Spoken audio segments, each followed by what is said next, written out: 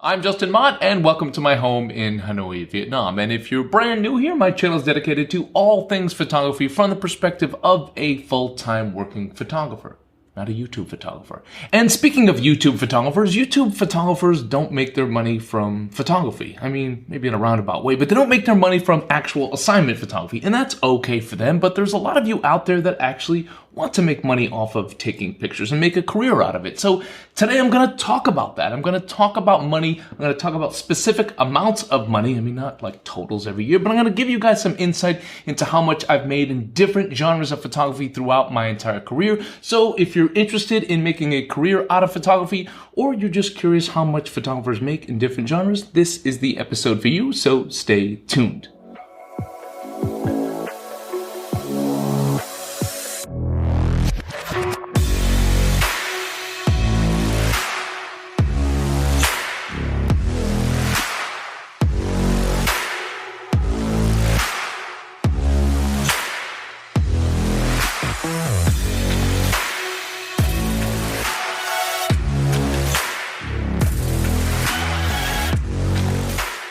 So as always, guys, don't forget to check out my online store at justinmott.com, where I've got presets that will not make you a better photographer, but they will add some pop to your images. Those start as low as $4.99. I've also got 1-hour sessions for all of you out there interested in improving your photography.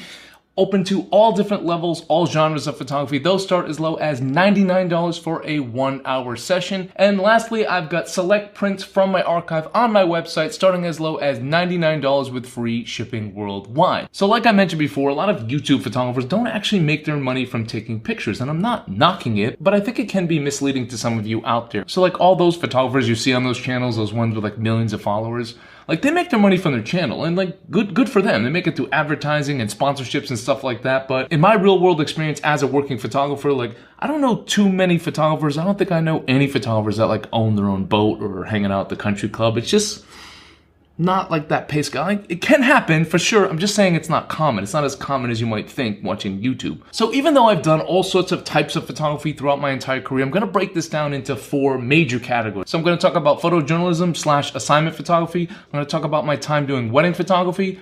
I'm going to talk about commercial photography and video production, like owning your own photography business. And then I'll also talk a little bit about my personal brand, justinmott.com, which is this, my presets, workshops, public appearances, and things like that. I'll talk about those 4 genres. I'll give you exact dollars and cents, and I'll give you the pros and cons of each. And I'll end with telling you, if you stay tuned to the end, I'll end with telling you what my favorite is out of all of these. Although I think a lot of you can probably already guess if you follow my channel. So let's start where I started my career, and that's with photojournalism / like assignment photography / documentary photography. Let's start with that, because that's what made me fall in love with photography. That's what I went to school for, and that's where I really saw my career going. So I started my career as a photojournalist in my late 20s. I went to school a little bit later in life. I was living in San Francisco, bartending full-time and paying for my own school, going to San Francisco State. And then with about 1 year left, I quit school and I went out to go do like my own real-world internship. And it was probably the best move I ever made in my entire career. I saved up some money, I moved out to Southeast Asia, and I just started working on projects. And I spent time out here crafting my portfolio, but really just like focusing on projects that I was really passionate about. So I did a couple stories about victims of Agent Orange. That was a subject I was quite interested in.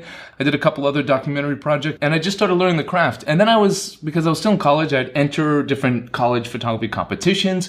I would try to get into merit-based workshops like the Eddie Adams workshop and the Missouri Photo workshop, and eventually I got into both. And then during those workshops, I'd do my best to network and try to meet people, try to meet editors really, and try to get my work out there. And so I was spending my time between Vietnam, and I go back and take a couple classes, but I just kept finding myself drawn to being out. And I just said, you know, I'm just gonna give this a chance. Like that year I learned so much doing my own projects, but I did only have like about a year left to finish, but I just never did, because I was out here, I was shopping my work around, I was going back and forth to doing these workshops. And after doing the Eddie Adams workshop, and if you're a new photographer out there, check that out. It's a fantastic workshop. I started shopping my work around to editors in New York. Anyone who would see my work, anyone who would like look at my portfolio, I would show it to them. Like I'd just be wandering the streets like, want to check this out? But I would see any editor that would see me, and got rejected a lot, which is part of it, and had people like look at it quickly and yeah.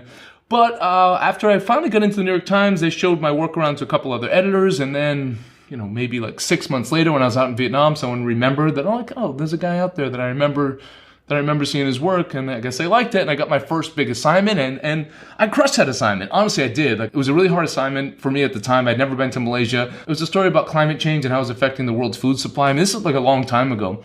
This was like 2006, 2007. They sent me to Malaysia, tough to get access, no plantation wanted to let me in. And they're very skeptical of a foreigner there, but I got in, I got access, I impressed the writer, I got the front page of the New York Times. And then after that, I got a whole bunch of assignments, and it was fantastic. Like, the New York Times started sending me all over the place, and I just thought like maybe I'd finish college, but I didn't want to lose my place with the New York Times. I was lucky to have it, and that's where I wanted to be. That was the ultimate goal. So I got a bunch of assignments with them. They started sending me on the road with writers, and I should pause for a second there and say, like, yeah, took a long time to get there. It didn't just like happen. I didn't just graduate school, move out here, do one story, and go back and say like, hey, all right, New York Times, I'm ready. It took like 2 years of like doing stories, contacting editors, going back and forth to New York City, spending my own time, going to debt. So yeah, it was a lot. Like, most people don't make it past that time because it's just hard to. I went into a lot of debt. It was cheap to live out here, but still, it was really hard. Took a couple years, but I got that big break.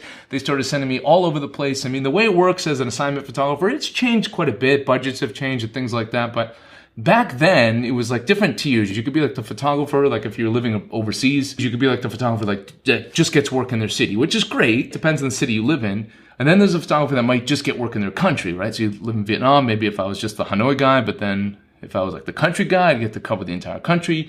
And then there was like a different tier of photographers who would travel throughout the region. And then there was like another tier of photographers who would go kind of anywhere where there was a good story. So I got to that level, that highest level, pretty quick. I wasn't a staff photographer, but I didn't want to be a staff photographer. I liked the freedom of being a freelancer. So I was able to travel throughout Southeast Asia. I was able to go beyond Southeast Asia. I was busy. I was running around doing all sorts of different assignments with different editors, started to gain relationships and friendships with different writers, and just started traveling with them and going to different locations. So that was like a good stretch, a couple years doing travel stories, business stories, foreign desk stories.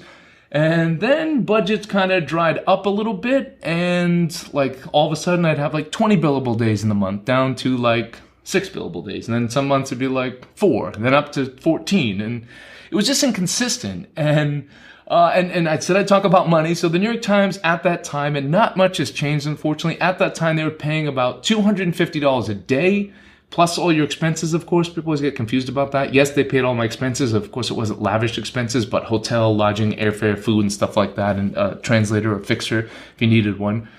And then magazines at the time, because I got in with the New York Times, I started getting magazine assignments as well from Time Magazine, Newsweek, Forbes, and things like that.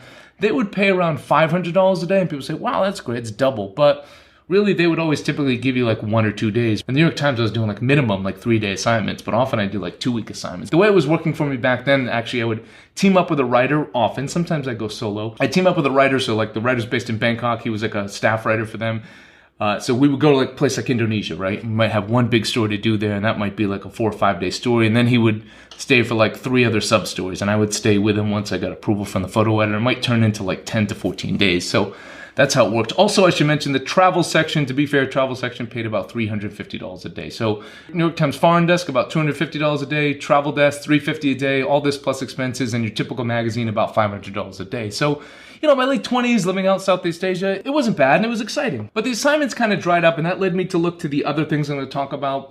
But I absolutely loved it, but it just was inconsistent. So the overall pros and cons of being a photojournalist back then, and kind of still to this day. So the pros, I would say, would be the excitement and the impact. The fact that your work was going to be seen around the world. And I was doing like important stories. Well, what I thought were important stories. And it's the kind of work that I always wanted to do. So it was great to have that stage. To have my work seen all around the world.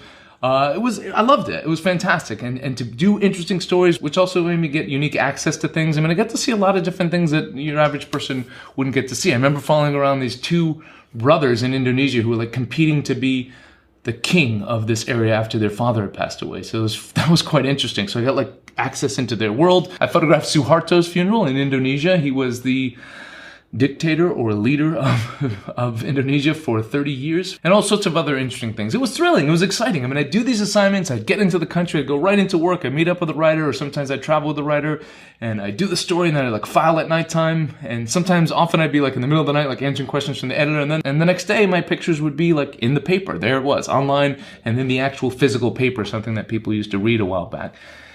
And so those are the pros. Cons were the money. Like I said, the money was inconsistent. New York Times was good to me, but, like I said, sometimes it was 3 weeks, sometimes it was 1 week a month, sometimes it was just a few days a month. And then all the other freelance assignments wasn't much money either. And then another part was getting paid. Getting paid in editorial assignments was and still is a pain in the butt. I mean, back then I used to work with agencies, so everything took even double the time. Plus they took 30%, which is okay because I wouldn't have got a lot of the work that I got if it wasn't for them. But that would take I had payments that would take, my average payment would probably take 6 months, but I had payments take a year and I constantly had to chase them down. The New York Times was good. They had an online system. You could fill everything out. It's a buggy system, but at least it worked and at least I got paid in a relative short amount of time. Because you have to think it's not just your day rate, it's all your expenses you have to put up front too. So I was paying for my airfare, I was paying for my lodging, I was paying for fixers and food and all that. And sometimes it'd be backed up for 6 months. So huge con that it took forever to get paid. Huge con that it was inconsistent money. And also it took a toll on my personal life. I mean, if you imagine being an assignment photographer and news doesn't wait for anyone. So I can't tell you how many different Valentine's days, birthdays, weddings, parties, just other engagements with friends and partners and things like that.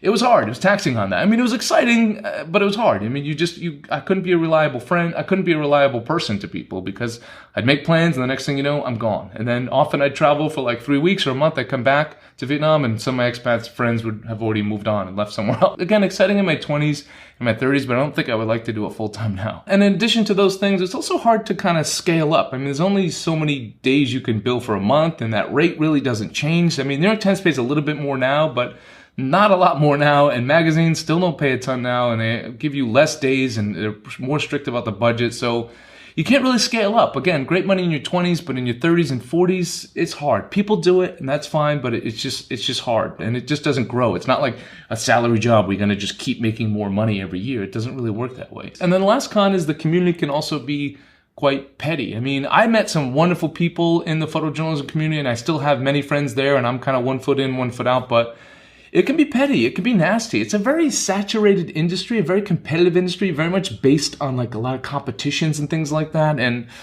very territorial. So there's a lot of that, and I'm not interested in that. I got into photography because I like the community. I mean, that's why I like doing this. So it can be petty. Again, I've met some wonderful friends there, but can also be very petty as well. Moving on to wedding photography. Again, I started doing this because of the lack of assignments in the editorial world, because of the inconsistency, I would say, in the editorial world. I like to fill my time. I don't like to do 10 assignments a month. I like to be working 20 or 30 days if I can. I mean, I like to work as much as I can every single month. But I dabbled in wedding photography out here. The market wasn't fantastic. I did a couple weddings as a second shooter. I'd make about, again, this is a long time ago. And I should also note that a lot of things I'm talking about today are really more like Southeast Asia, because that's where I've worked the most. And some of these things were from a long time ago. Some of them are more current. But honestly, a lot of the pricing hasn't changed really that dramatically. And in some cases, it's gotten even worse. It's gotten less because the market's gotten more saturated and people just don't want to pay usage fees and things like that. So because we've lost as photographers, we don't fight for our rights for usage and things like that. We need to fight. So wedding photography, I was working as a second shooter. That would usually entail 10 to 12 hours a day working with another photographer, busting your butt in the hot sun because Southeast Asia, a lot of beach weddings, a lot of destination weddings, which were fun because they were cool couples. Usually couples that do destination weddings are kind of cool people. So I make about $500 a day. I quickly realized I don't want to work that hard for that kind of money. I want to do it myself. I knew I could do it myself. I knew I was capable of doing it myself. So I started that's the first time I actually started thinking of myself as a business. So I started thinking how to market this business, how to brand my business, all that kind of stuff. So I really started launching my wedding photography business, destination wedding photography business specifically for Vietnam and Thailand, but really all throughout Southeast Asia. I was doing weddings in Malaysia and Singapore and other places as well. And so for that, back then when I first started, I was charging about $1,500 to about $2,000, $2,500 plus expenses. And I had packages that could scale up. And then I'd also go back to the US and do a few weddings a year there. And I do those in bundles so that I could make it affordable. Cause I'd go back to the US for maybe 3 months in the summertime. And there I could charge a lot more. I could charge maybe again, this is a long time ago, but I was doing about $3,000 up to $5,000 depending on the package. And then sometimes I could get a little bit more. That's the first time in my career I started thinking more like a businessman. That actually planted the seed for what I'm going to talk about next. But when I was doing my editorial work, I was really just felt like a freelancer, assignment. Of course, I had to network and things like that, but I wasn't really marketing myself and branding myself. It was more upload pictures to your website, organize your website, and wait for assignments to come in.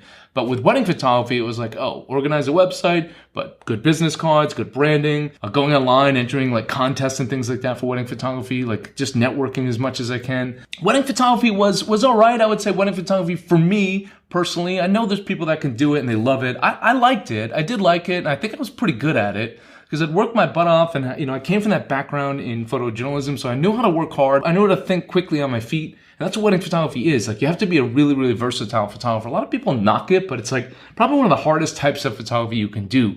You have to shoot everything in one day, and you have to shoot it like under a lot of pressure, and you have to shoot it fast. So you're shooting like portrait work, detail work, candid work.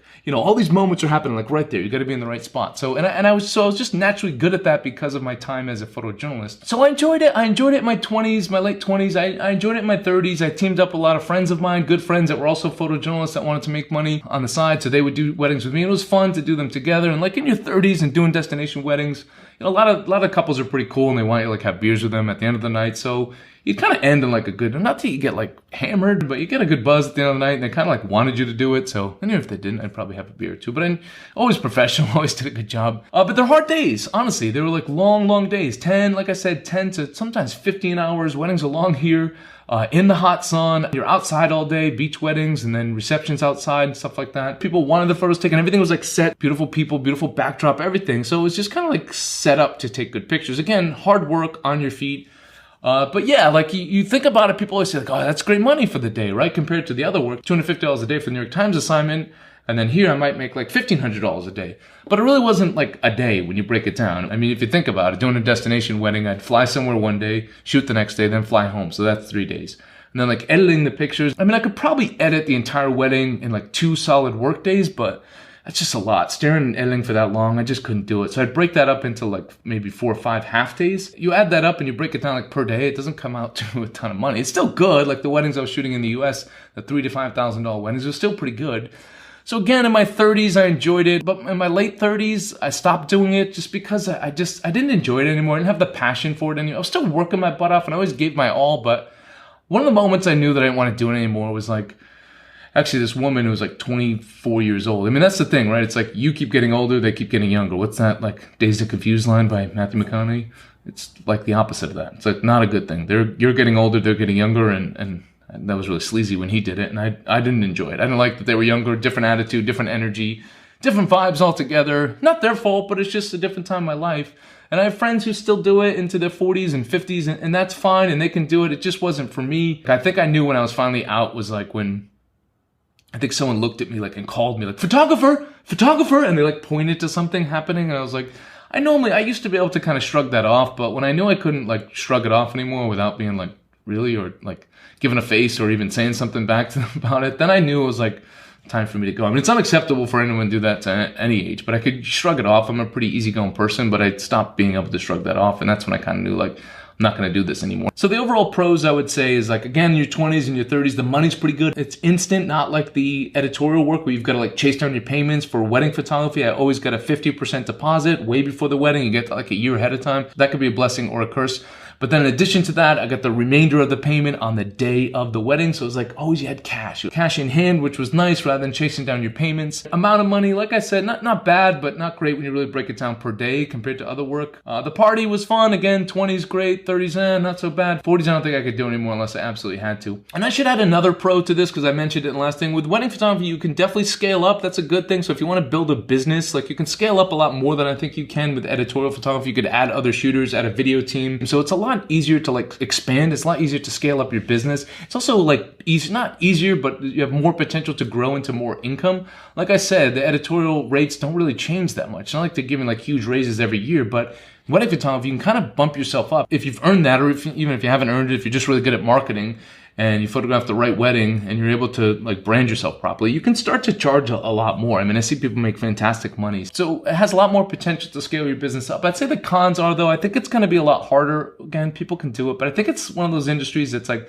going to be a lot harder to do yourself when you're older. Like once you get into your 50s and 60s, like 40s for me mentally, but I could still physically do it. But 50s and 60s, I think it might be a lot harder to still work. Whereas I think Editorial is still very demanding, and so is commercial work, but I still think I'm more likely to be able to work longer doing editorial work, but more so commercial work like later in life if I make it that far. But weddings, I just, physically. But you have the option to sort of build your business and have other people work for you, so it's kind of a mixed pro and con. So next up is commercial photography / video production. So that would be my business, Mott Visuals. For those of you that are new here, if some of you don't know that I do that work as well, my wife and I own a commercial photography and video production company. We specialize in luxury hotels, video and stills, and full-on production. But we do even more than that. We do a lot of manufacturing, corporate work as well, all over the world, but most of our work is in Southeast Asia. So I got into that kind of by luck. I mean, I'm always looking during those downtimes. Like, I was very productive on my downtimes as a photographer. If I had a bad week or had a bad month, I would focus and look for other ways to generate income. So, I was doing a lot of travel work, New York Times, when I started doing like luxury travel magazine work, working for Condé Nast Traveler. And I was shooting, like, because of that, there's a lot of nice hotels on the list, like really fancy hotels and beach resorts. So what happened was I photographed this really beautiful property, and later on I think my agency sold it to National Geographic Traveler, and then they were like, wow, that's a great image. But the property itself, the marketing team was like, can we buy that image? I'm like, yeah, absolutely. And they paid me more than I made for like the entire 3 days in the assignment. So that made me like perk up a little bit. I'm like, that's interesting. And so I started to look into hotel photography, and I was thinking like, well, all right. I started looking at some of the work, and like, some of it was really good lighting and good architectural work, and I hadn't done a lot of that. I'd done a little lifestyle stuff, but no lighting, no architectural work.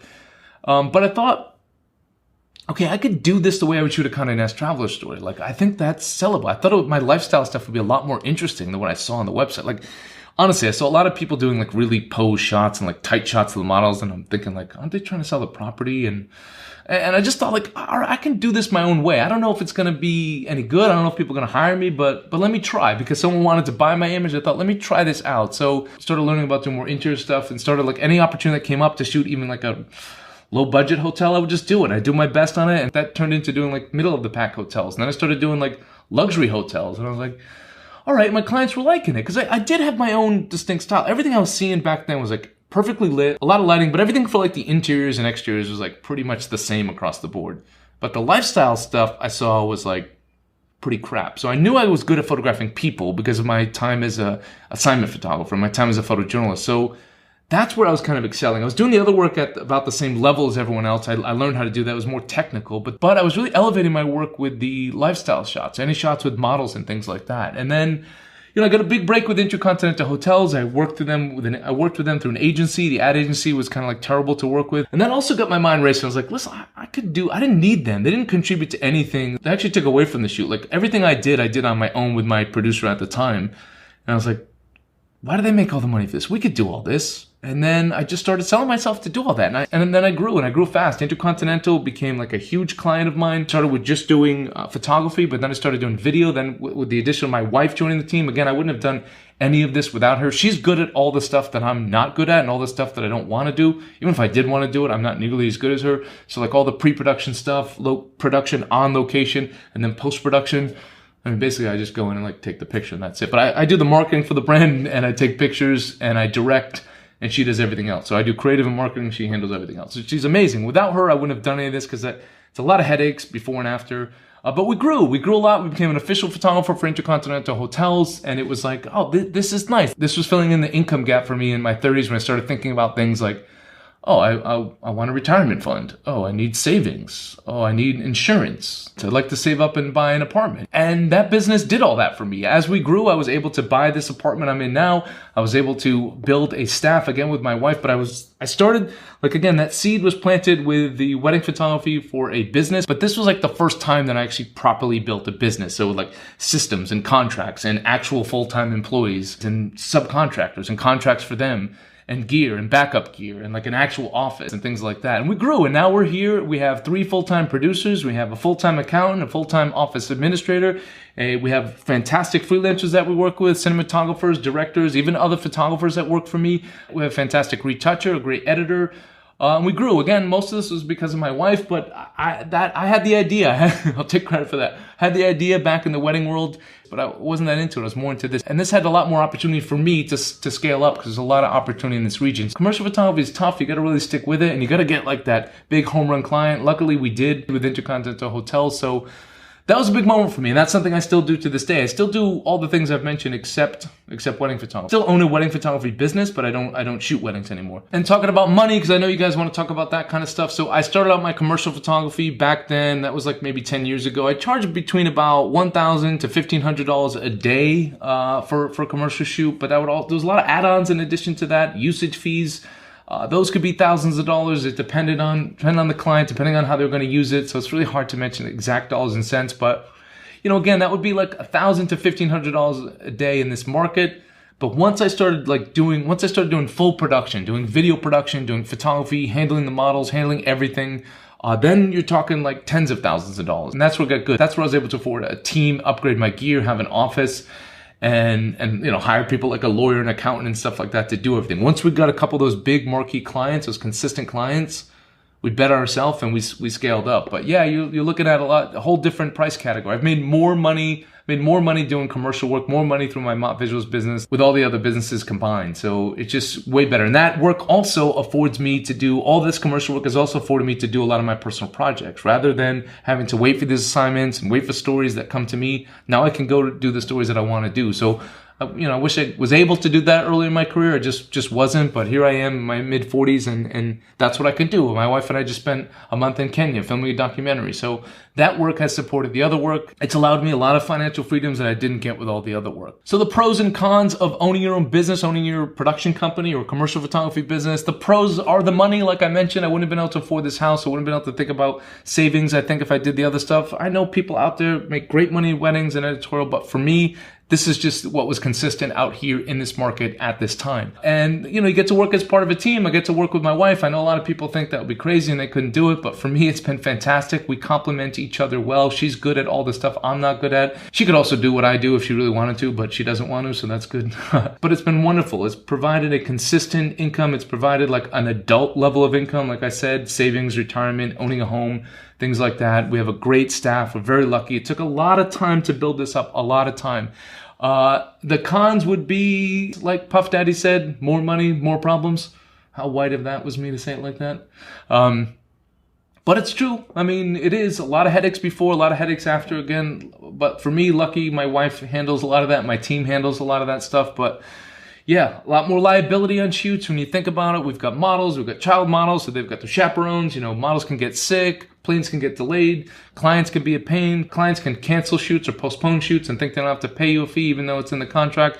You know, we've heard it all. You've probably seen some of my episodes venting about that kind of stuff. If you haven't and you want a good laugh, that's pretty cocky saying it's a good laugh. I think it's a good laugh. That was pretty funny. I kind of went off on clients in one episode, but yeah, it can be a pain. It's a lot of liability, a lot of investment up front. I mean, full-time staff, benefits, an office, and all that jazz that goes along with that. Computers, internet, electricity, all that stuff adds up. You got to just build incrementally. You got to bet on yourself. You got to understand the market. And for us, it's been quite nice. So moving on to my personal business. So that would be like justinmott.com, my personal brand, which would include this, my YouTube channel. It would include my workshops, which I'll be doing a lot more of soon as the world is now open to travel. You know, selling presets, selling prints, selling my educational one-on-one sessions and things like that. So that's that brand. So that brand I started that brand, like I thought about doing that brand after I did my TV show for 5 years, but it just wasn't the right time. I was busy really focusing on Mott Visuals. But I started it again during the pandemic, started this channel, and then started to think about like how to monetize it. I started because I like teaching. I like talking about this kind of stuff. As you can see, this is a very, very long episode. I love talking about this stuff. But you know, I wanted to build this like educational brand / community for later on in life when I thought maybe I wouldn't want to like be physically shooting as much, or I'd be teaching a little bit more, going out, or even doing things like this more often. I've really enjoyed it. So I've been going pretty full on for like a year and a half now, taking it more serious the last year or so. You know, trying to do 1 or 2 episodes a week, sometimes 3 episodes a week, trying different things. And so I'd say the money isn't great, but honestly, that's not why I did this. I did it because it's just something that's always been in the back of my head, and COVID just like expedited that. I'm like, oh, I should do this now. So I would say if I'm going to break that down, advertising right now, I'm coming up on 10,000 subscribers. So my advertising revenue each month is about $150 to $200. So not that exciting. My presets sell for $4.99 and $8.99. I probably make like I don't know, 200 bucks a month or $150 a month off of that. My print sales fluctuate. You just never know. It's such a random business. Sometimes I might sell like $100 a month. Sometimes I might sell $500 a month through affiliate links because I have like a couple brands that sponsor me, Think Tank, Wotancraft, and Moft. Moft makes this awesome, well, you can't really see it, but this desk mat here, did a separate episode about that. I'll put a link in the description box.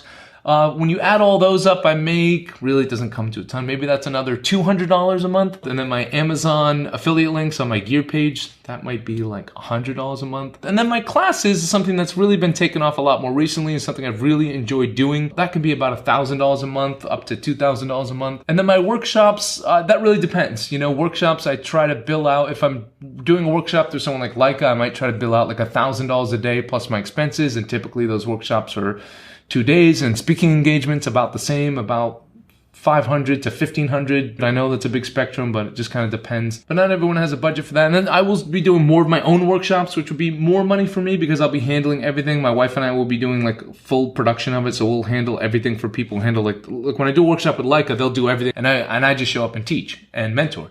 But when I do my own workshop, my wife and I or my team will handle like everything, like signing everyone up, dealing with the transaction for the money, dealing with the agenda and all that kind of stuff. So it's quite different. So if I did that, I'd probably make like maybe double the price that I'm making now. I like them both for different reasons, but I want to start doing more of my own workshops through my own brand. So if you add all that stuff up, it fluctuates from anywhere to about $2,000 to $4,000 a month. It really just depends on the month. But the great thing about this is I really enjoy doing it, and there's the opportunity to scale up, and I can kind of go where I want with this. If I want to pack all this up, it's not a lot. It's a camera, a tripod, a microphone, a laptop, and I can hit the road and record these anyway. So the pros are, I love it. And it's been wonderful to meet all of you guys out there. It's been wonderful to do my one-on-one sessions and meet photographers that really, really do have a passion to learn. I love that. I really, really love that. I'm so happy to be back doing that stuff, just interacting with people in the comment section. Beginning, I didn't like it, to be honest. I hated it. Like the first few months starting a YouTube channel, like you just have nasty people, and I don't really normally let people get to me, but it was just like kind of negative, and I'm a very positive person. But eventually, like those people weeded out and you find your people. So now I've found my people. So that's been wonderful. The cons are, it's a lot of work like anything else, any other business. It takes time to get started. I mean, I've been doing this pretty consistently. I do, 2 to 3 videos a week. Each video takes, I don't know, maybe 30 minutes to film. This one a lot longer. Might take me like a half day to edit it. And then you got to like put in all the information and keywords and all that and monitor it and that kind of stuff. But I enjoy it, and I'm excited about doing more of this channel. So that's a long one. Really sorry, guys. This was a really, really long episode. I hope you enjoyed it. I just wanted to give you guys some insight because I think there's a lot of misconceptions out there. And, people always say, oh, you're knocking YouTube photographers. They make way more than you. Yeah, a lot of them do make way more than me. But I'm telling you, most of them don't make the money that's supporting that lifestyle that you see from taking pictures. They make it because they're great at marketing. They're great at doing these episodes that I'm not great at doing. They do like these really flashy, cool episodes where they're doing all these cool things, like popping up everywhere and hoverboarding and kite skiing and kite skiing. Kiteboarding, that's a thing. Yeah, I think some people think like that's the kind of lifestyle you can have as a photographer. You can make good money, it takes time, it takes hard work, and you gotta deal with a lot. But I've loved it. I've loved every step of it. I've loved all these different genres of photography. I said I would share my favorite at the end. My favorite's still photojournalism. That's still my passion. Storytelling, documentary work. That's what I'm going back to in my career, like really doing more wildlife photojournalism. And I really, really dig that. If you follow my channel, you see all my stories. You see, I love being like out there photographing rhinos. You can follow me on Instagram if you're into that kind of stuff. But I've got some great documentaries coming out. I've just worked on a fantastic project. I love that work. That's what my passion is. But I've loved everything I've done, and everything I've done has taught me and helped me with the other businesses. And I've learned stuff from each of them that have just made me a better photographer overall and just helped me make myself and my wife a pretty decent living. So we're happy with that. So hope you guys enjoyed this episode. Thank you guys for tuning in. Don't forget to check out my online store at justinmott.com. Don't forget to like, share, and subscribe. And don't forget to have a wonderful day.